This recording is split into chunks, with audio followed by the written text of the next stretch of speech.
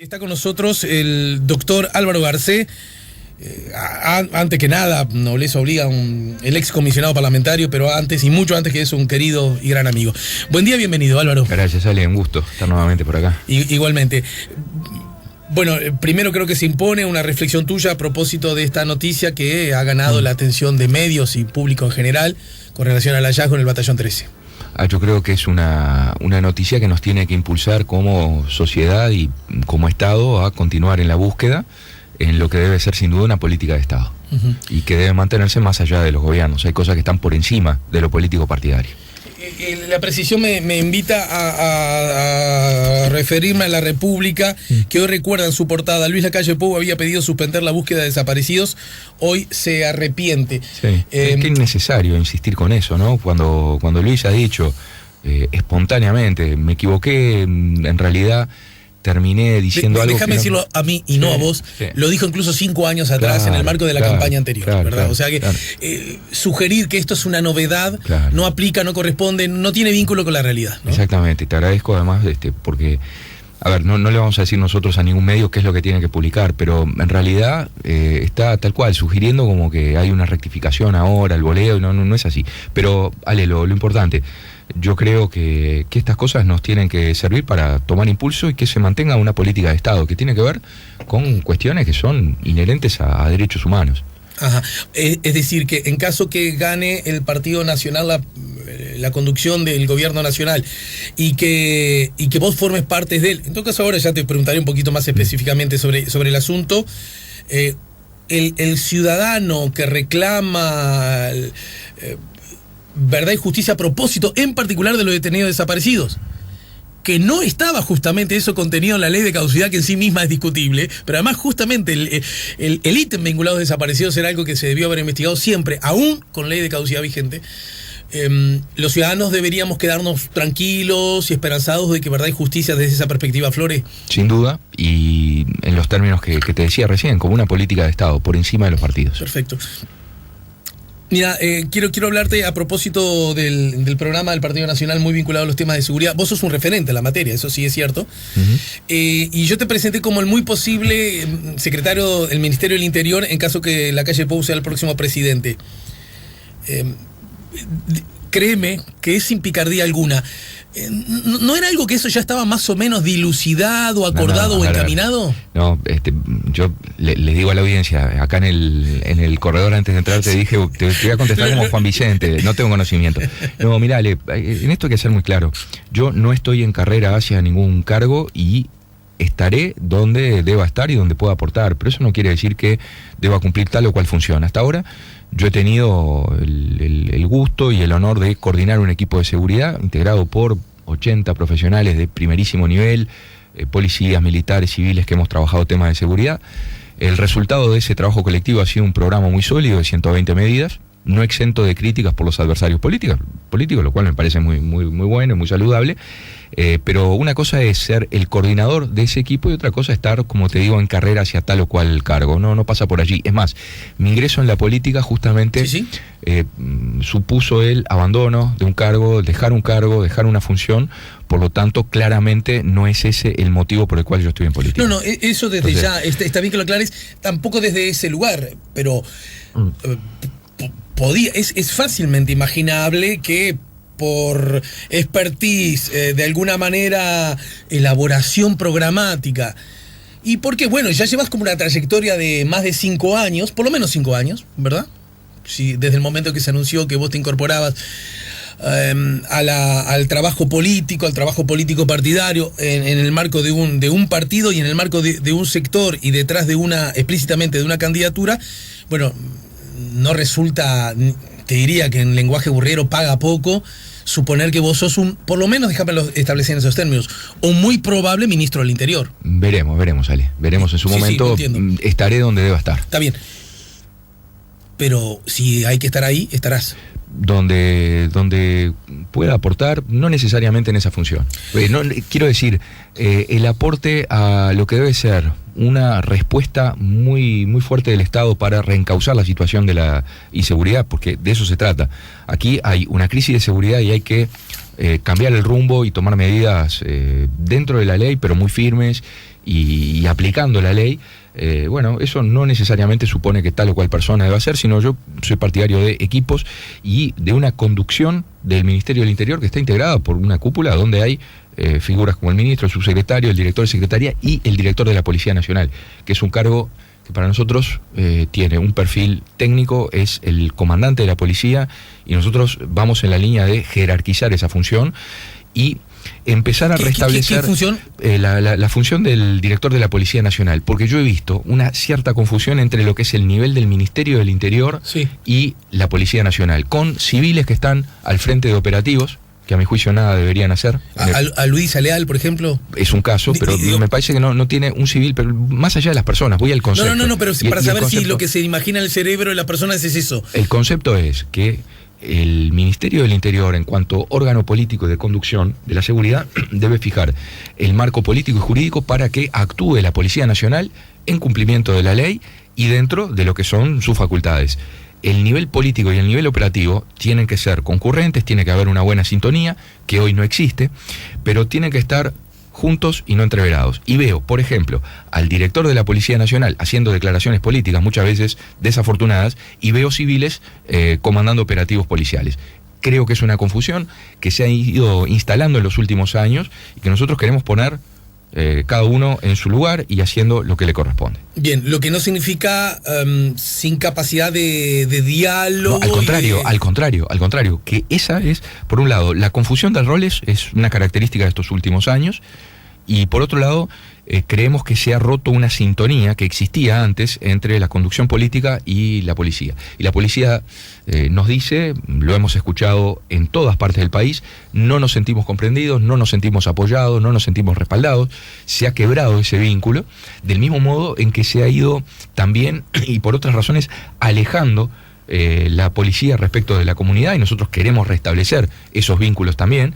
Tiene que haber una sintonía entre el mando político y la Policía Nacional, y una comunicación permanente y una sintonía entre la policía y la ciudadanía. Álvaro, a propósito de ese potencial reclamo, no nos sentimos comprendidos, no nos sentimos apoyados, respaldados. No nos sentimos respaldados. Déjame ser un segundo alguien del gobierno vinculado al Ministerio del Interior, o alguien del gobierno general que defiende la gestión.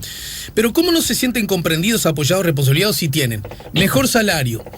Yo digo para que vos después les pongas las cosas desde tu perspectiva en su lugar. Mejor salario, mejor equipamiento, mejor respaldo técnico, mejores armas, mejor formación. Que tienen sindicato, flaco, y antes ni siquiera sindicato tenían. No lucen esas, y seguramente hay otras señales como, bueno, una mejora que intenta comprender, apoyar, respaldar mejor a la policía. Se puede tecnificar, ejecutar el presupuesto que se ha incrementado sin estar en una línea de proximidad con la policía. El problema es que, primero, para precisar las cosas, el incremento de salario no es un mérito del Ministerio del Interior ni del Poder Ejecutivo. Viste que dije después del gobierno. No, ese fue el resultado de un acuerdo entre todos los partidos políticos en el año 2010, en la Interpartidaria de Seguridad.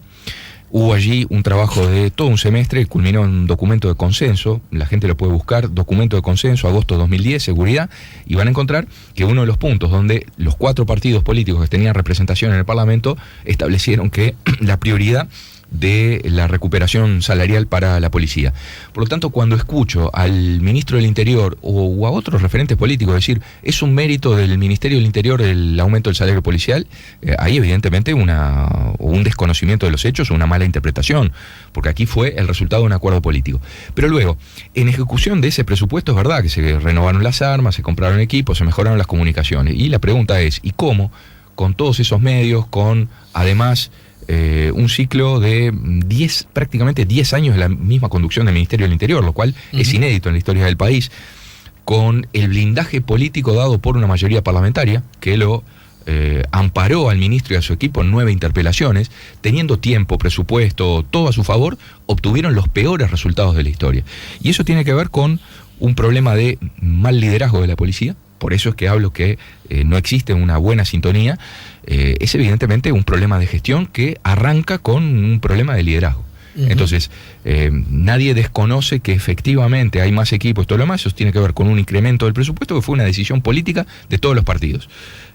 Yo creo que justamente esto da la pauta del fracaso de la política de la seguridad, que teniendo todas las oportunidades se llevó a un guarismo de locos, porque el año pasado, ¿vos te acordás? Fueron 30.000 rapiñas denunciadas, calculemos que si se denunciaron 30.000, se deben haber cometido por lo menos 45.000, se denunciaron 140.000 hurtos, deben haber sido probablemente cerca de 200.000, digo probablemente de acuerdo a lo que son las estadísticas internacionales que calculan que siempre existe una cifra negra del delito, es decir, no denunciada, salvo en los homicidios.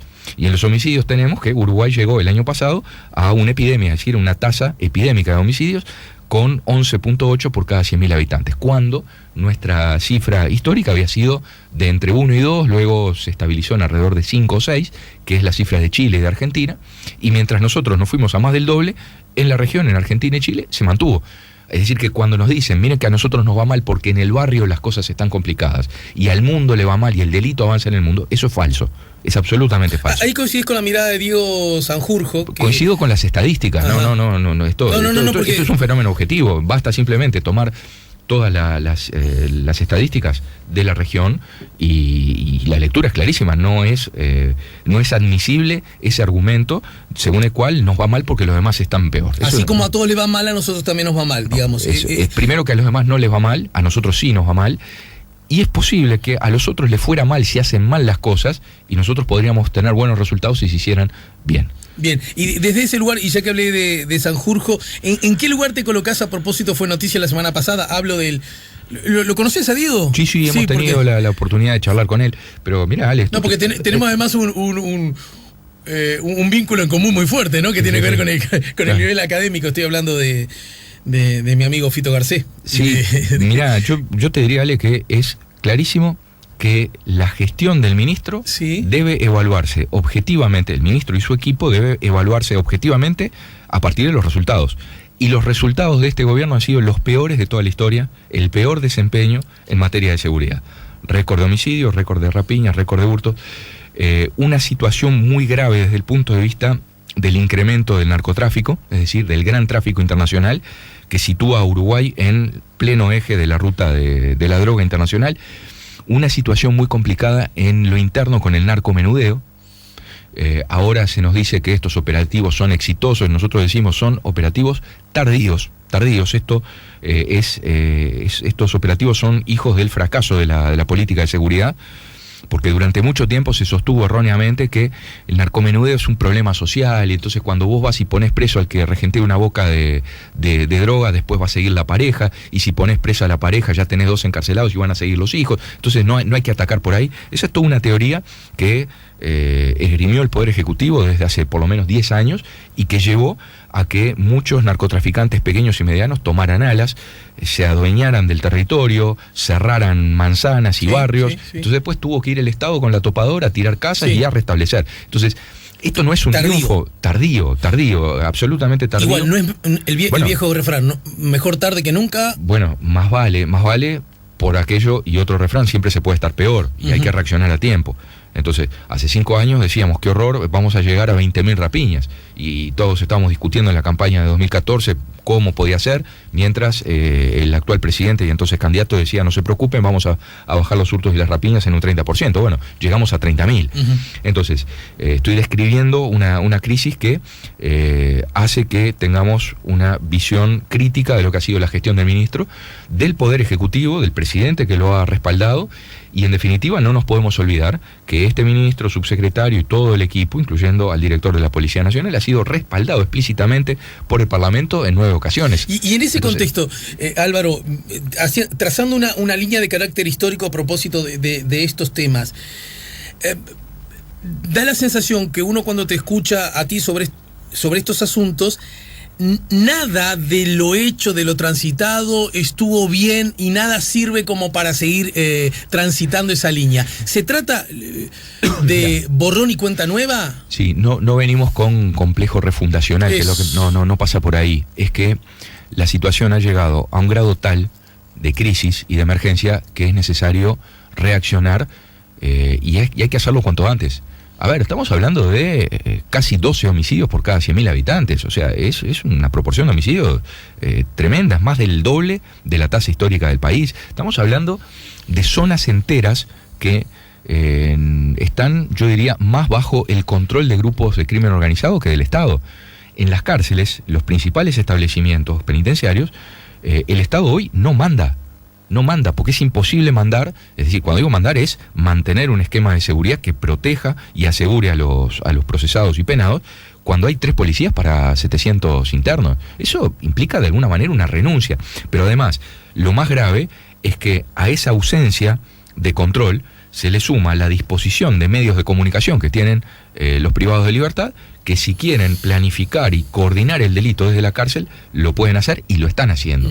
Del mismo modo que cuando se habla de los ajustes de cuentas y se nos dice, no, pero no se preocupen, miren que esto básicamente es un problema de conflictos horizontales entre delincuentes. No, señor, no es un problema ajeno a nosotros. Primero, porque podemos estar en el medio de las balas. Sí. Y segundo, como ya ha pasado muchas veces, pero además, el otro problema es que cuando emergen esos conflictos tribales, ya sea en el patio de una cárcel o ya sea en un barrio donde andan a los balazos, es porque el Estado está ausente y no está haciendo lo que debe hacer. De todos modos, clarísimo lo que decís, y si lo escribís en una hoja, yo lo firmo abajo. No obstante ello, el ajuste de cuentas no exige una mirada, te diría, social, política, histórica y hasta técnica distinta a propósito de la dilucidación y por lo tanto la evaluación de ese número de muertes.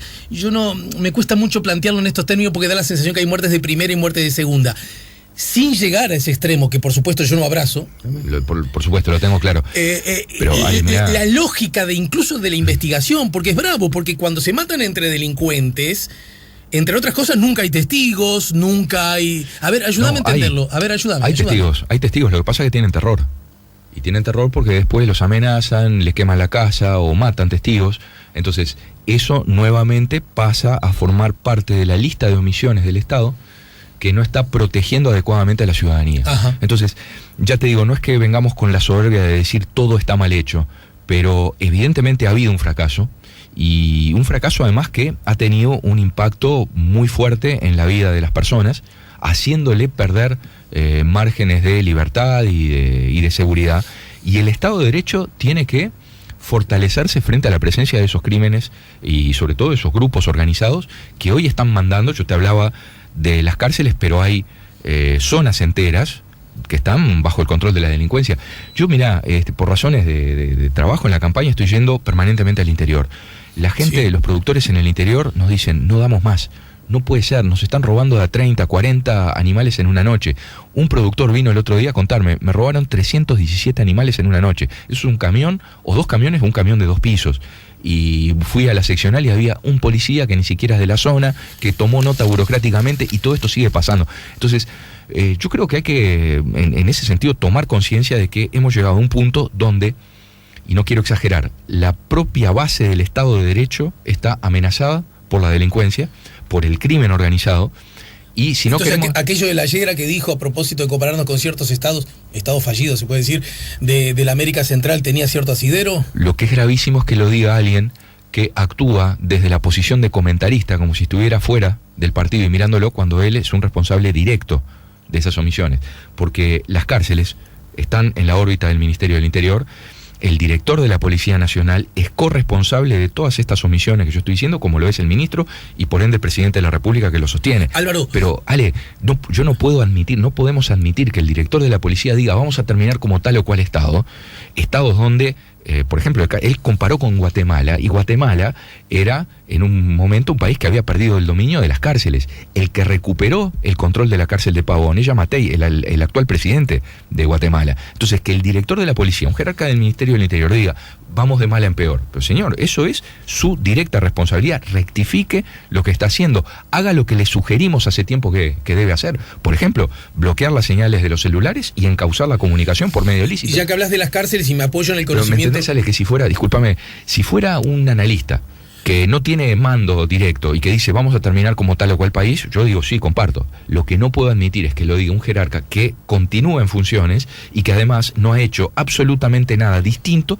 desde que dijo esas declaraciones. Sí, bueno, y en todo caso uno puede suponer que si dijo eso es porque el gobierno entiende eso, porque si no, si un jerarca se sale tan fuertemente de una línea, después es desautorizado de acuerdo a la lógica democrática, es decir, usted ya no puede desempeñar este cargo, ¿no? Sin duda, pero lo grave no, porque es... te acuerdas que en aquel momento se dijo no estaba el ministro, lo dijo porque no estaba el ministro, bueno, pero en este caso vuelve el ministro. Él habló y él es parte de una estructura muy importante, está en el Ministerio del Interior, y si no fue desautorizado, comparto contigo que eso es la línea del gobierno. La pregunta es, ¿y por qué no han tomado medidas elementales? Se me podrá decir los operativos. Bueno, los operativos tardíos y todo, pero se han hecho en los barrios. ¿Por qué no se han tomado medidas en el interior profundo? Y el crimen organizado está asolando a los productores rurales en términos que van más allá del propio patrimonio individual y está generando un estrago a la economía nacional. ¿Por qué no toman medidas en las cárceles? El último domingo de octubre, cuando votes, ¿vas a incluir la papeleta de la reforma constitucional? En mi caso no, porque si bien comparto el objetivo de vivir sin miedo, me parece que es una buena consigna, bien inspirada. ¿Habrá un oriental que no comparta esa consigna? Pero el tema es el medio elegido, y en la medida en que entendemos que el Ministerio del Interior puede liderar a la policía, que tiene una cantidad de efectivos que es más que suficiente, si está debidamente liderada, equipada y respaldada, la policía está en condiciones de prevenir el delito y de reprimir el delito. Y luego es evidente que hay que ir hacia una reforma penitenciaria.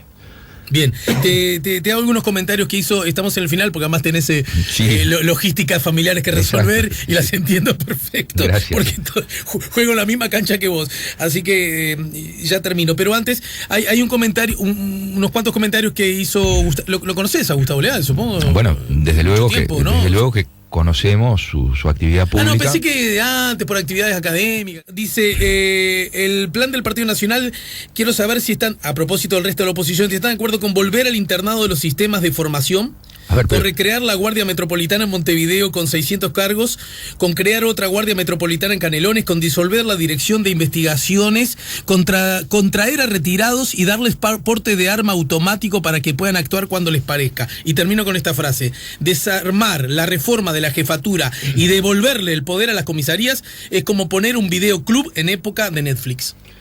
Bueno, las propuestas tan distorsionadas son difíciles de entender. Yo te decía fuera del aire que cuando el que explica el programa del Partido Nacional es un representante del Ministerio del Interior, parece bastante raro y dice, bueno, pues esta gente no entiende lo que está.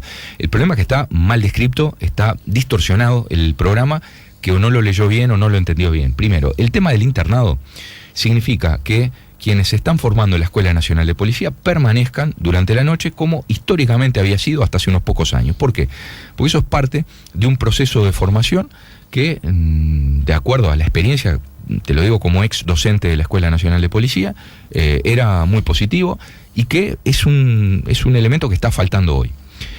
Luego, con respecto a, dice de recrear la Guardia Metropolitana. No, señor, equivocado, no es así.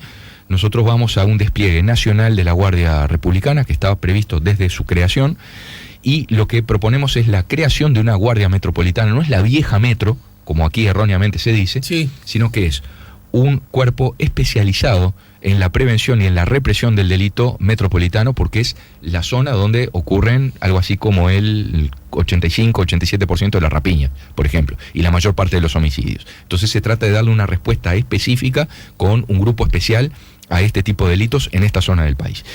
Y con respecto a la disolución de la Dirección de Investigaciones, no se trata de eso, se trata de devolverle la autonomía a las unidades que tenían facultades de investigación, como ocurría hasta el año 2018, donde fue modificado ese esquema por una ley de rendición de cuentas. Y finalmente, nosotros no proponemos volver a las comisarías del año 80, es decir, que no nos proponemos regresar. El no, digamos. No, eso es una caricatura mal hecha, además, ¿no? Lo que nosotros proponemos es que el despliegue policial se haga a partir de las comisarías, lo cual no quiere decir volver a las comisarías de 1980 con máquinas de escribir, que es un poco lo que se sugiere aquí, sino que la comisaría sea el punto básico de la actividad policial, como lo fue tradicionalmente, dándole buenos resultados a la policía. Para eso hay que volver a poblar las comisarías que están vacías. Hay destacamentos en el interior que están cerrados o a cargo de un policía. Hay comisarías en las zonas más conflictivas de Montevideo que tienen 3 o 4 policías por turno. Entonces, claro, la gente llega a denunciar delitos y encuentran que no son atendidos como querrían ser.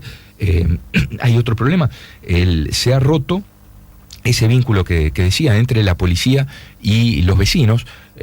Antes había una relación muy estrecha entre el personal de la comisaría y el barrio. La figura del comisario era fundamental como referente para su propio personal, como referente interno, pero como referente externo de la seguridad también. Eso, según tu visión, se retomaría. Hacia eso vamos, pero tenemos claro que ya la policía ha sido traumatizada en su estructura, ha venido de muchos cambios, ha sido muy castigada, y nosotros no estamos en la lógica de una política pendular que arrase en unos meses y borrón y cuenta nueva, sino que los cambios hay que hacerlos responsablemente. ¿El sindicato sí continúa?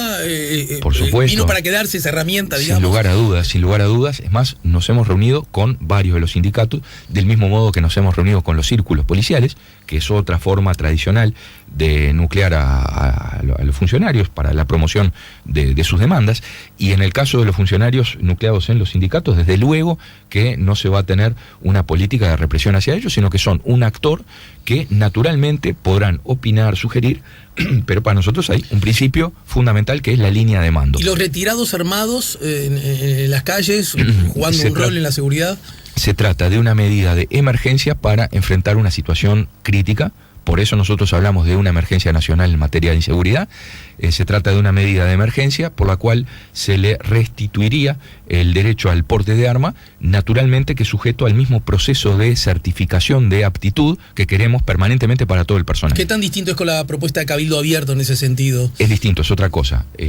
Cabildo Abierto va en la línea del serenazgo. Nosotros hablamos de la recontratación de personal policial para poblar. ¿Los maestros jubilados, por ejemplo? Algo así, por analogía, y nos basamos en eso y en un antecedente que existió en el propio Ministerio del Interior.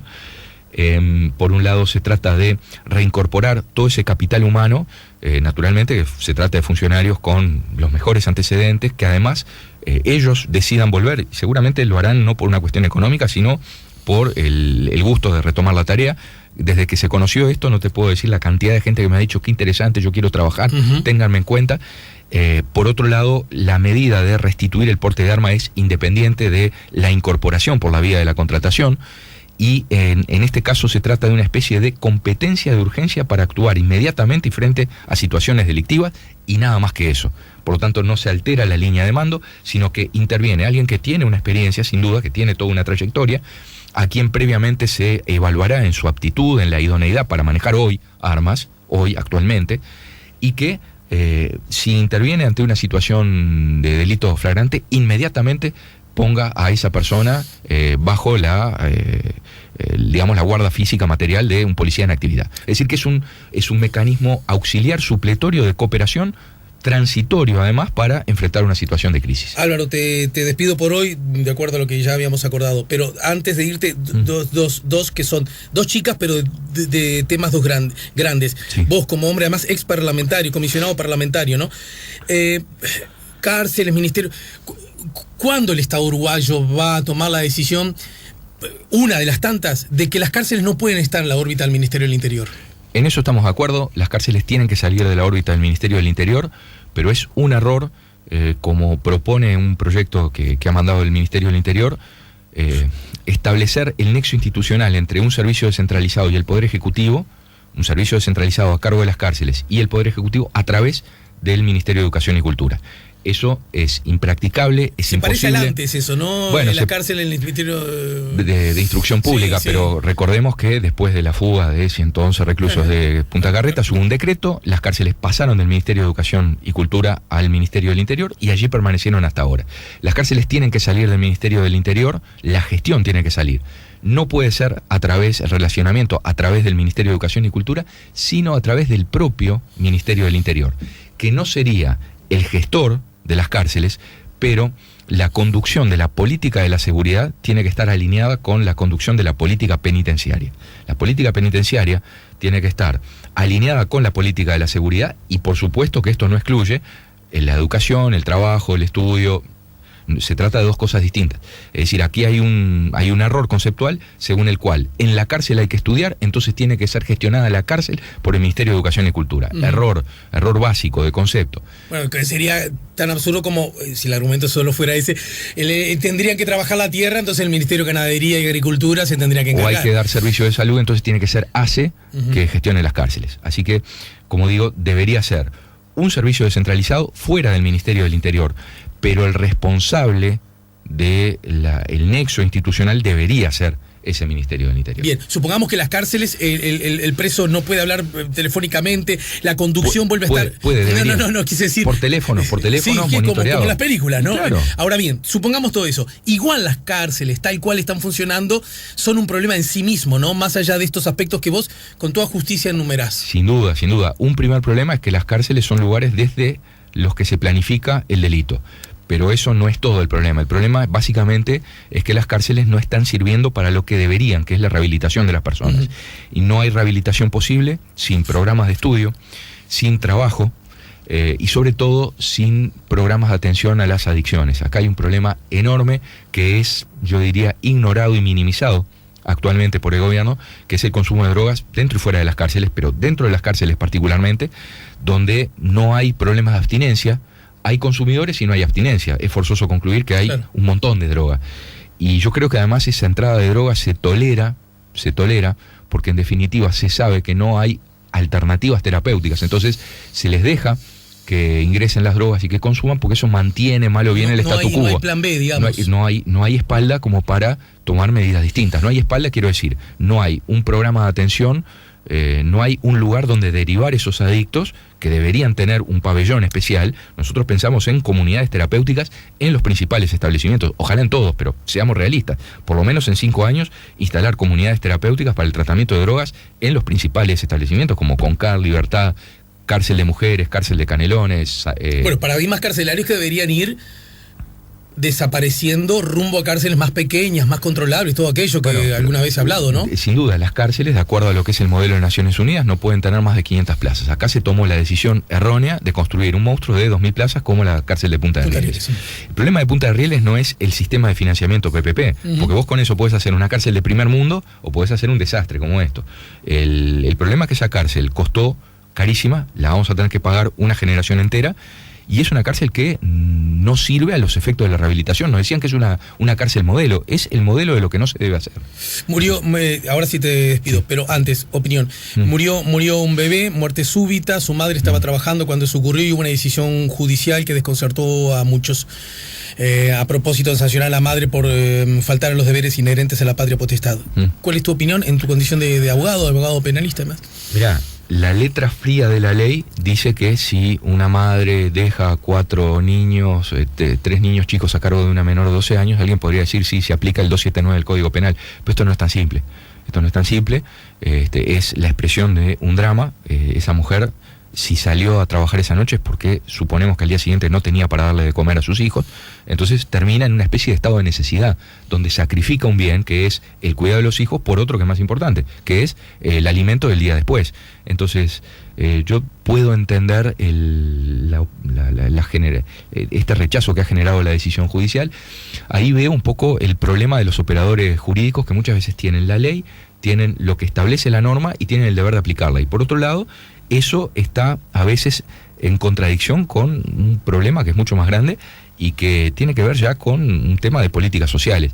Si vos me decís, ¿qué hubiese hecho yo como juez en ese momento? La verdad, me la hubiera visto en figurillas. Nosotros decimos que hay que aplicar la ley, que hay que actuar con autoridad, pero la autoridad justamente me parece que no es tanto pensada en estos casos, que son desgracias humanas. Cuando hablamos de autoridad, de firmeza y de tomar las decisiones de aplicación de la ley, estamos pensando en criminales, en crimen organizado, en los tipos que están lucrando con el delito, es decir, ya sea con el abigeato, con el narcotráfico, con la venta de las cosas robadas, con toda la industria que está atrás del delito. Ahí hay que ir con todo, con toda la firmeza y con toda la decisión. En estos casos yo creo que hay que tener otros parámetros y otra flexibilidad. Gracias, Álvaro. ¿La seguimos más temprano que tarde? Con mucho gusto, Ale. Gracias. Gracias por la visita. Encantado. Álvaro, como siempre, nos ayudó a poner la mañana en camino. Álvaro Garcé. Ya volvemos con La Mañana en Camino.